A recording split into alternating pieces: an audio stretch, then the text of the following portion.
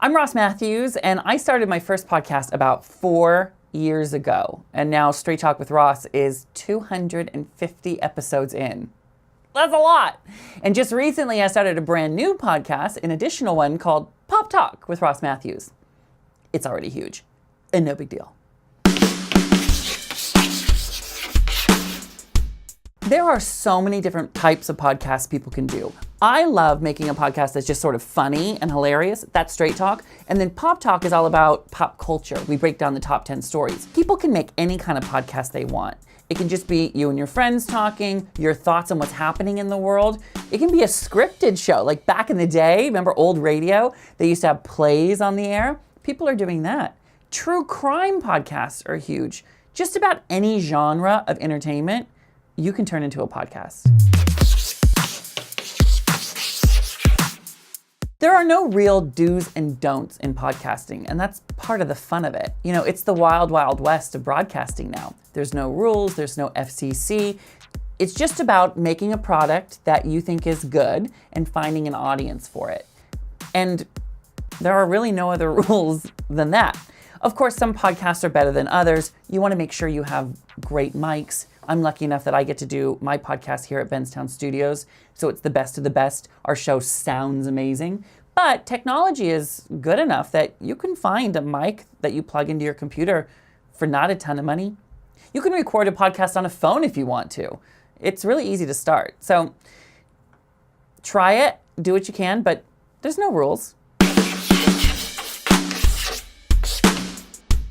It always helps to have like big time famous people on a podcast because they could tweet it out to all their followers and that helps you get the clicks. But at the end of the day, if you have a guest on your podcast, it's got to be someone that you find interesting.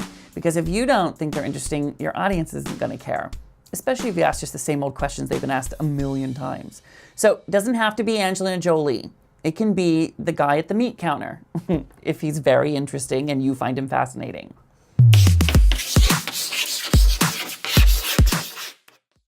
A lot of people are putting their podcasts up on YouTube, and I get why, because you want the audience to sort of see the whole process and see it all. And as a listener and a fan, I think it's kind of neat to see that. The one thing that I see happening though is the numbers on the podcasts go down when you put it on YouTube because people want to watch it instead of listen to it. And podcasts, if you're doing it for revenue, is all based on clicks, download, listen, subscriptions. So you have to make sure those aren't affected when you upload it to YouTube. It's tough to monetize YouTube. With my podcast, I'm so lucky that I get to work with the best of the best here at Benztown Studio. The equipment is unbelievable and our show sounds first rate. Not everyone can have an incredible studio like Benztown though. But with technology and the advances with technology, it's not that expensive to buy a really good quality mic and just record your podcast into your computer. And in fact, some phones have great microphones and you could just record it on an app and edit it on your computer. There's nothing stopping anyone in any town with any budget from starting a podcast.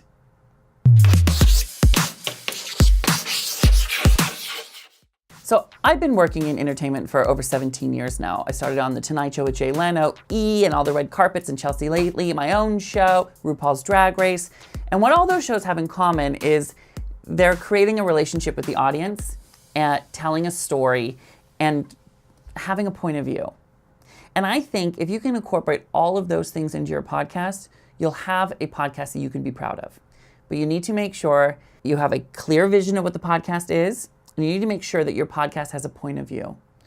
And I think that's helped me not only in Hollywood, but especially with making my podcasts a success.